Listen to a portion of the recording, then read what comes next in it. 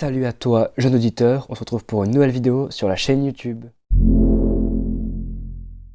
Déjà l'épisode 3 de notre série sur l'actu du PSG. Épisode 3 pour cette semaine consacré au match de Lille et Leipzig. Et on commence cet épisode avec la rubrique habituelle d'état des lieux. Bon, au niveau des blessures, rien de nouveau. Verratti est toujours blessé, comme Sergio Ramos et Leandro Paredes. Il y a Messi qui s'est rajouté à cette liste, mais bon, il devrait juste rater les matchs de cette semaine avant de partir pour la trêve internationale. Mais c'est quand même dommageable d'avoir des joueurs de qualité comme Verratti, Ramos et Messi blessés pour ces matchs importants. Au classement, en Ligue 1, le PSG est toujours premier avec 31 points et en Ligue des Champions, le PSG est repassé à deuxième place avec 8 points en 4 journées. Pas beaucoup d'actu extérieure cette semaine à part l'interview de Leonardo qui a remis les choses au clair sur Pochettino, mais bon, ça s'attendait pas non plus à ce qu'il fasse de grandes annonces à ce sujet. Il est toujours très franc et très cash en interview, j'apprécie cet aspect de Leonardo. C'est un des seuls qui dit tout haut ce que tout le monde pense tout haut au PSG, ça fait plaisir. Et il a prouvé ces dernières années que c'était un excellent directeur sportif. Le premier match de la semaine était le match contre Lille, le champion en titre. Le PSG a très mal débuté ce match, cette première période. Il y a eu un manque dans l'agressivité, dans les automatismes, dans les replis défensifs. Et Lille a fait très mal en contre-attaque. Hormis Kimpembe de très bonne lecture de trajectoire, personne n'est sorti du lot. Et à la mi-temps, cette bronca a été plus que méritée. Mais en deuxième mi-temps, ça a été bien mieux. Et ça a mené le PSG vers la victoire. Alors, pourquoi le PSG a gagné ce match? Thierry Henry l'a dit en après-match sur Prime Video. Pour une fois, c'est ni l'arbitrage ni uniquement les exploits individuels, mais le PSG l'a cherché tout seul comme un grand cette fois-ci et ça a fait plaisir. Déjà, tactiquement, il y a eu ce passage à 3 défenseurs et les entrées des latéraux Dagba et Mendes. On a eu plus de solutions, le PSG a étouffé le LOSC car il s'est retrouvé beaucoup plus haut sur le terrain. Paris a su imposer son rythme et si tu ajoutes à ça les performances individuelles de Neymar et Di Maria, là c'est remontada assurée. Lille n'a rien fait en seconde période et je pense que ce retournement de situation est plus que mérité. Si on se réfère aux performances individuelles, on peut noter le match de la charnière qui avait Marquinhos encore buteur dans un match important. Et aussi, comme j'ai dit tout à l'heure, le match magnifique du duo magique Di Maria et Neymar qui ont été incroyables en seconde période. Mais surtout, j'ai envie de noter l'entrée d'Icardi dans un rôle de pur neuf pour remplacer Messi qui s'est blessé, qui avait fait une première mi-temps désastreuse, mais bon, je pense que c'est dû à sa blessure. Il a su fixer la défense, il a été bon balle au pied, il a été bon dans le pressing. Bon, il manque le but qu'il aurait pu marquer à la 85e, je crois, après la parade de Gerbic. Et ouais, son entrée a changé le cours du match, car comme j'ai dit, il a fixé la défense et donné plus d'espace, Neymar, Di Maria, etc.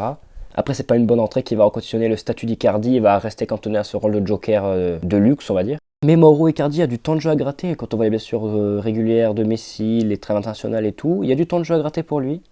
Pour conclure ce match, le PSG a encore une fois eu du caractère. Et si tu ajoutes les bonnes performances de tes meilleures individualités, que ce soit offensif et défensif, et des choix tactiques que j'ai trouvé personnellement intéressants, je pense que c'est un match à revenir pour les Parisiens. Le seul bémol, c'est que maintenant, il faut reproduire ça sur 90 minutes et non sur une seule période. Pour le deuxième match de la semaine, il va y avoir beaucoup moins d'enchantement. C'est le match retour à Leipzig. On a encore eu un match spectaculaire avec beaucoup de buts. On a surtout eu un match haché, vraiment, avec beaucoup de fautes, beaucoup de cartons. Les joueurs étaient tendus, j'ai pas trop compris pourquoi, parce qu'il n'y a pas tant d'animosité que ça entre deux équipes. L'arbitre n'a pas été incroyable sur ce match, faut se dire clairement, mais concentrons-nous sur le PSG. Ça a été 20 premières minutes très difficiles, où on encaisse un but au bout de 8 minutes par, évidemment, Nkunku, la malédiction continue. Et on a eu très chaud avec ce péno stoppé par Donnarumma, bon, très mal tiré, mais stoppé par Donnarumma. Mais pendant ces 20 premières minutes, bon, j'avoue, j'ai raté les 10 premières minutes du match. Voilà. Donc je suis arrivé au moment du penalty, donc je peux pas tout vous dire non plus sur ces 20 premières minutes. C'était très difficile pour le PSG. Mais encore une fois, le PSG a su se ressaisir. Et avec donc 2 occasions, 2 buts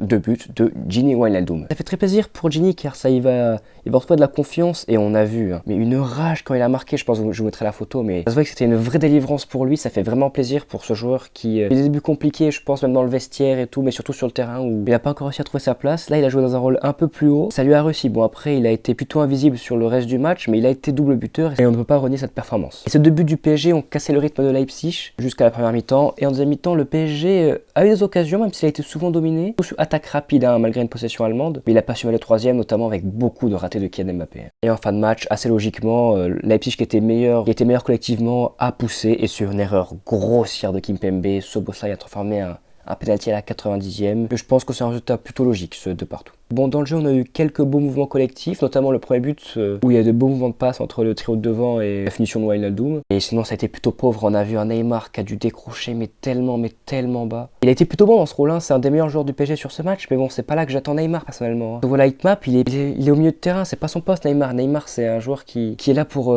faire la différence plutôt que devant. Là, il a dû faire la différence au milieu de terrain tout seul, car le PSG n'a pas su sortir du pressing de Leipzig. On a vu un milieu en difficulté, comme à l'aller. Sans Verratti, on voit vraiment que c'est très difficile. Bon, heureusement, Leipzig n'a pas été non plus si incroyable que ça, mais bon, c'est une très très belle équipe. C'est dommage qu'ils finissent seulement avec un point dans cette phase de poule pour l'instant. Mais bon, encore une fois, j'ai l'impression de me répéter tout le temps, le PSG s'en sort sans montrer quelque chose de vraiment convaincant et ça s'annonce pas de bon augure pour la suite, notamment le prochain choc contre City. Côté individuel, on a vu encore une fois un Marquinhos qui a été magnifique. Di Maria et Neymar aussi étaient très bons. Bon, même Mbappé qui avait fait de très bonnes choses, il manquait juste la finition et je pense qu'il aurait fini ses actions. Je pense que ça aurait été un match très très bon de Kylian, mais bon, c'est vrai que c'est rare de le voir rater autant d'occasions en un seul match de Ligue des Champions. On a eu le désastre Kimpembe qui a fait la spéciale des pénaltys à la dernière minute. On a eu le milieu de terrain, comme je disais tout à l'heure, en difficulté, un Gay qui est invisible, Danilo en difficulté et un match plutôt banal des latéraux. Mais c'est tellement dommageable car on sous-exploite les qualités offensives de Mendes, Hakimi, car on a vu que dès qu'il montait, dès qu'il se projetait, il y avait des choses intéressantes et le PSG avait quelque chose à faire. Bon, vu qu'on parle des performances individuelles, on va directement passer à la rubrique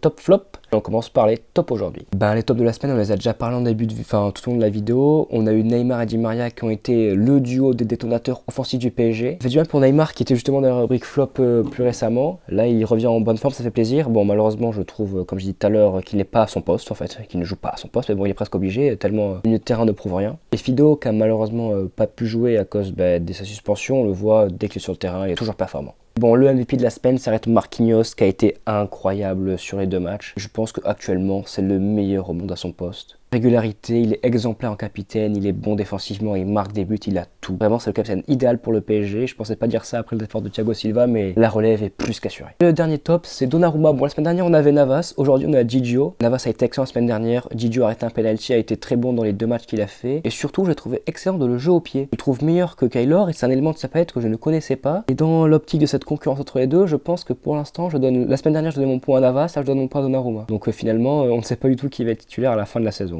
Tout au long de la saison surtout. Bon, dans les flops, Kimpembe, on est obligé d'en reparler, même s'il a déjà pris assez cher sur les réseaux. Sa blessure et ce repos vont lui faire le plus grand bien. Il sera pas là pendant la trêve, il va pouvoir bien reprendre des forces. Mais j'attends avec impatience l'arrivée de Sergio Ramos pour le piquer un peu, quoi, presque. L'autre flop, c'est Gana Gueye qui a été invisible cette semaine. C'est vraiment le jour et la nuit avec le mois de septembre où il était même le meilleur joueur du PSG avec Mbappé. Faut vraiment qu'il se ressaisisse, hein, là, je sais pas ce qu'il a, bon ça peut arriver une mauvaise passe, en espérant qu'il revienne très vite à son meilleur niveau, car sinon il y en a un qui toque à la porte, c'est Gini Wijnaldum, hein. Il va pas se faire prier notre petit Hollandais. Et un petit mot sur Danilo qui a enchaîné les titularisations dans les matchs importants très récemment. Hein. Bon, il a été bon et moins bon sur certains matchs, on va pas le considérer comme un top ou un flop, pour l'instant dans cette optique de quand on voit les nombreux blessés au milieu de terrain, Danilo, pour l'instant, ça fait le taf. Il n'y aura malheureusement pas de débat aujourd'hui car une grosse vidéo est en préparation. Elle devrait arriver dans les semaines qui suivent. Et comme d'habitude, on va conclure de la même manière. On attend cette grosse performance parisienne sur un match qui ne fait aucun débat. Il faut cette victoire importante. C'est pour ça que pour moi, le match de City est plus important qu'il ne puisse paraître. Je pense qu'une victoire avec la manière l'Etihad pourrait être un nouveau départ pour les Parisiens, même si je suis très peu confiant et je pense que c'est plutôt une optique inverse qui va s'effectuer. Et si ça continue dans ce sens-là, la saison va être très longue. On verra ça dans l'épisode 4 dans quelques semaines. J'espère que vous aurez apprécié cette vidéo. On se retrouve donc pour la prochaine grosse vidéo ou alors l'épisode 4, on verra en fonction du timing. Je vous remercie de m'avoir écouté et on se dit donc à la prochaine. Allez, ciao!